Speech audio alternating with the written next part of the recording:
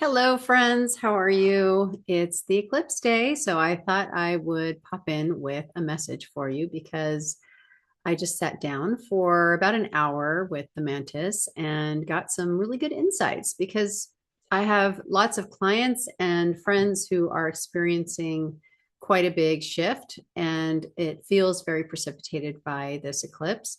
Lots of big emotional milestones, I would say, are happening today. Lots of shifts in coming to a place of deciding what works for you and what you're ready to leave behind. So this eclipse has very much been a harbinger of getting very clear about what feels good to you, what you're ready to release, what you're no longer going to abide by, what you're ready to step into, how you want to experience joy, how you want to let go of some of the things maybe you've been dragging around for a long time, what you're ready to move through. And I think eclipses often are related to release. And I was curious and asked the Mantis this morning in meditation, what exactly is happening? Is it the electromagnetic field is changing? Is it because of gravity? And as usual, they were very matter of fact with their response. What they said actually is that it's not so much that the electromagnetic field is changing, but it is that Earth is kind of going through a push and pull. So her energy field, which I guess is the electromagnetic field, um, it's getting moved about a bit during eclipses. So they happen during full moons. And during the full moon, we already have a gravitational pull and exertion on the planet. And the planet is so much water, right? And the water is like, let's say, pulling during a full moon. Um, it's almost like, whoa, it's doing this thing where it's bowing. And so then we have an eclipse. And during the eclipse, the light is blocked from the sun.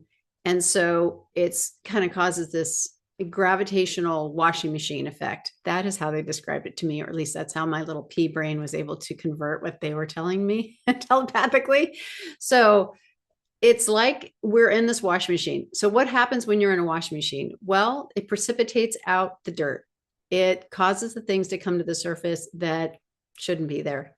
And it shakes things up in your field. And that's basically what's happening today and this whole week, I'd say, because there's always time leading up to the eclipse. It's not like the moon goes from being dark to bright. It's gradually increasing. And then the eclipse happens. I mean, the full moons themselves are periods of where like things that don't really work for you get brought to the surface. There's more light, right? You can do it through analogy or you can feel it electromagnetically. Either way, full moons tend to bring things to a head. It's kind of why people act a little nutty on full moons, because if they're super stressed and they've got that repressed, it all kind of comes bubbling out on the full moon. And so that's why they drive crazy. That's why they act crazy. It's because their little nervous systems are exploding because they can't hold something in any longer. So that's what happens. And then you throw in the eclipse with it, and it feels like we're in this washing machine. I know I'm not astrology or describing this astrologically correctly or whatever, or scientifically either. But that's exactly how the Mantis described it to me. And I wanted to share that with you because I found it feels so fascinating that our biofield, by the way, we are made up of something like 75 to 80% water. Okay. So at any given time, you have all this water in your body, and the earth herself is showing us that when you have a large gravitational pull on a body of water, it changes the shape of that water.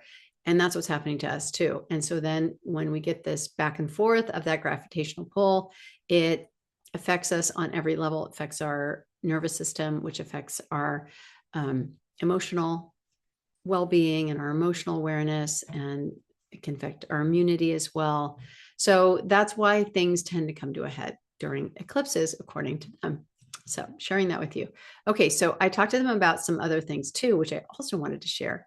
Now, right now, I've just started teaching a new DNA class through the Shift Network, and that's going really well. And I love teaching. I really do. I love sharing the information that they've taught me, that the Andromedans are bringing in now about energy fields around the DNA. it brings me so much joy and happiness to do that again. I'm so happy to be doing it. And I always forget how much I love teaching until I do it again. And then I experience it. It's like, oh, this is my happy place. So I'm having a lot of fun with that. It just started. You guys can still join if you want to. And I'll leave a link for that. But that's not my point. My point is that in teaching this class, I started digging and asking some more questions about what's going on. So, what exactly is happening to the human biofield? What exactly is happening to our DNA? Did our DNA vibrate differently? Has our DNA been modified in the ways that I have really understood it to be modified? Okay, so I asked, has our DNA been modified? Answer this morning was yes, it has. Was it nefarious beings that modified it? And they said, no, not exactly. So here's the nuance. Has our DNA been modified? Yes, but how it's been modified is complicated.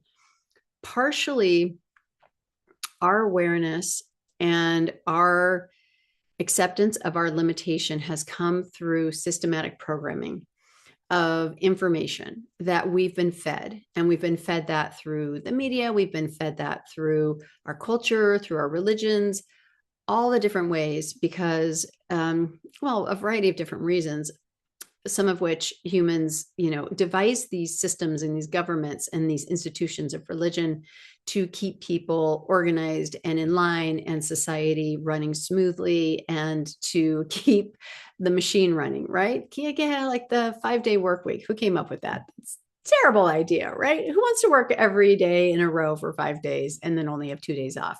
Like, is that really a good life? I don't know. It doesn't really feel great to me.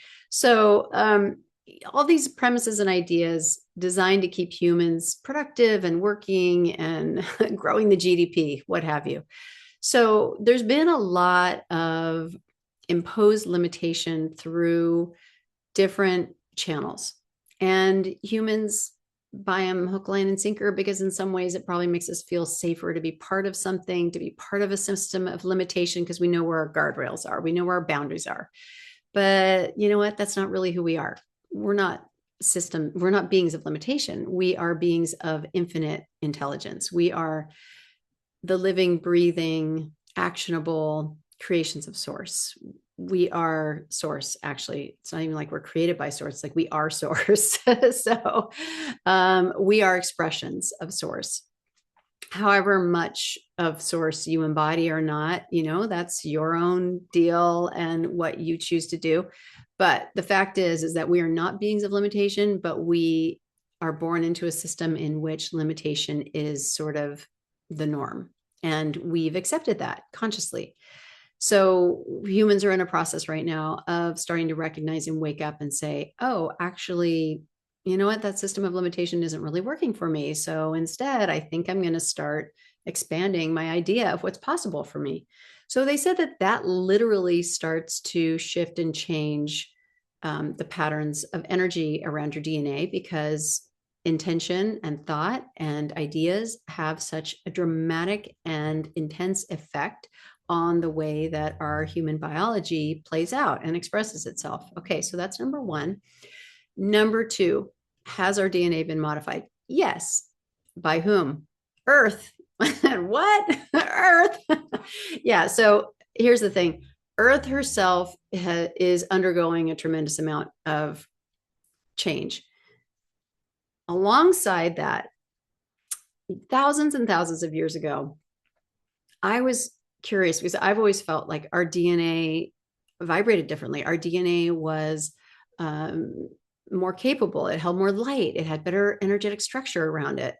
And that's true. It did. And why is that? It's because there were more multidimensional beings on the planet thousands of years ago, and their DNA was mixing with our DNA, meaning we were more hybrid like. And then they, for the most part, left. And guess what? Over the thousands and thousands of years and multi generations, their genetics diluted out, and we are what we are today. It's not like we don't have the capability of activating or reorganizing the energy fields around our DNA to bring them close to what they once were, because we have it within us already. We already have the DNA that we need, but the organization of that information, perhaps maybe the way that the genes coded or the sequences or the uncoding regions, the non-coding regions of our genome, which are mostly regulatory and unknown, and they affect the way your genome is packed into the nucleus, structural things, non-coding RNAs. But that non-coding region, which makes up 98% of your genome, that is where we can really start to work with the energy around that DNA, where we can really start to bring some new information online, maybe even reorganizing the energy around that for specific purposes in specific ways. So that's what the Andromedans have been teaching me. Anyway, the point is that the genetics got diluted, not because somebody came in and tried to manipulate them. No, the manipulation came through systematic acceptance of ideas of limitation. And that changed our thought patterns and our ways of being and our ways of expressing. And so from all of that, we arrive here with diluted alien genetics that, or ET or ED, if you want to say extra dimensionals, like I call them. We have diluted genetics from where we once were during the time of Atoll, or Atlantis, as we call it. And that brings us to where we are. And then we have systematic limitation infiltrated into our psyche, and that also changes it. Okay, so what's changing now? Well, the Earth. The Earth is changing now. So she is rapidly shifting the fields of energy around our DNA, because our whole biofield is dependent on her biofield, because we are her. She is us. She is changing in her vibration. It's, I kept asking, so is the shape of her electromagnetic wave changing? No. Is the speed of it changing? No. I'm like, so what? I couldn't get the right answer out of them. So what they were saying basically is that she's moved into another density, which I've talked about before. So she's moved into the fourth density, and the fourth density has always been described to me as like a launch pad. Once you get into fourth density, it's like you've hit escape velocity out of the third density, which is really all about some of the polarity and limitation. You could say, in a simplified matter, it's all about limitation. So you get to the fourth density. The fourth density is like the brackish water, like where a river and the ocean come together. It's kind of both. So it's the place where you start reaching escape velocity out of limitation. You start to embody more unity consciousness. And as a result, Earth now has the launch pad to move into her own multidimensional self, right? Fifth dimension, sixth dimension, wherever she's going to go from here. What happens to us? We are part of her body, literally part of her body, because every element in your body comes from her body. You eat the food that is grown in her body with all her elements. You drink the water, you're breathing the air. Okay. So we literally are Earth, and we're like cells in her body, right? So she's changed. So what happens to us? Okay, well, this is probably why also we don't feel quite so stable anymore.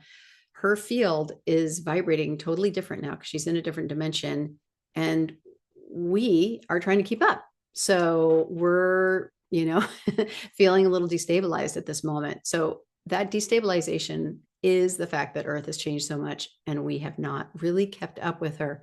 So that's why I've been doing all of these DNA energy reorganizations, you can call them activations, and basically changing the fields of energy around the DNA to match Earth's, because that helps us then move into a fourth density consciousness and energy around our DNA that helps us express some of those dormant aspects, and also helps us to have that launch pad into our own multidimensional nature, which is a fact. We are limitless beings. We are part of the field of source. We are infinite.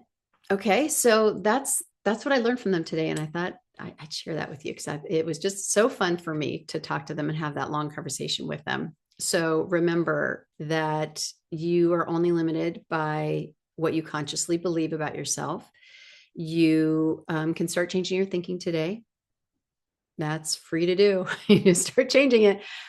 You can join me in any one of the different things I have going on to start bringing the Andromedan and Mantis energies in for energy reorganization to match where Earth is. I'm just going to keep offering those. And anytime you can join me, I would love for you to do that because it does help. And they said it does help they're very practical beings also. They're not really sugarcoating things. So they just said, keep doing things like that. If you don't like my activations, go find somebody else, but focus on the energy fields around your DNA. My favorite way to do that and to shift my field is also through sound. So you can do some toning at home. You can sing Om, Ah, E. I think I've done that with you guys online before.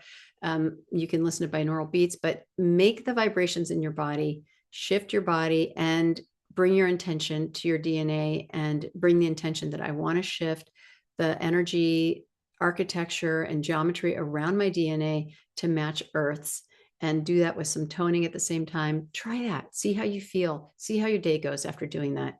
And I'm going to be having lots of things in the coming year to have touch points, because every time we go through one of these little milestones, like today feels like a milestone.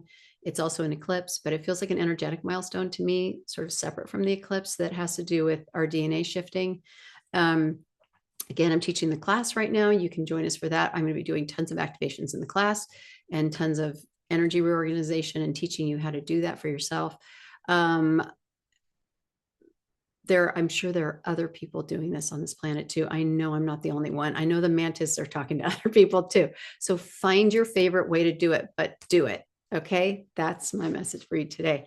All right. Love to you all. Have a great day. And I'll connect with you again soon. Bye for now.